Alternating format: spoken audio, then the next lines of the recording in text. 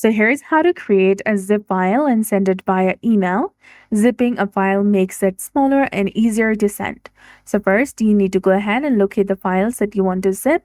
For example, you might have 3 to 4 files on your desktop which you want to zip. So select all the files and then right click on it. Then tap on compress and email. Enter your Outlook password if you have set it. A new zip file containing your selected files will be created. Click on this drop-down menu, tap on Save As. You can see that the zip file has been created. Now you need to open your Gmail account, tap on Compose in the top left corner of your screen.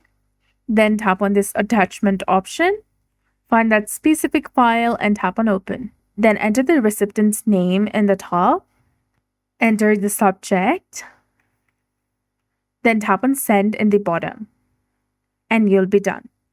The recipient will receive an email with an attachment or a Google Drive link that they can download to access the zip files. So that's how you send a zip file via email. So if you found this guide helpful, please like, share, and subscribe.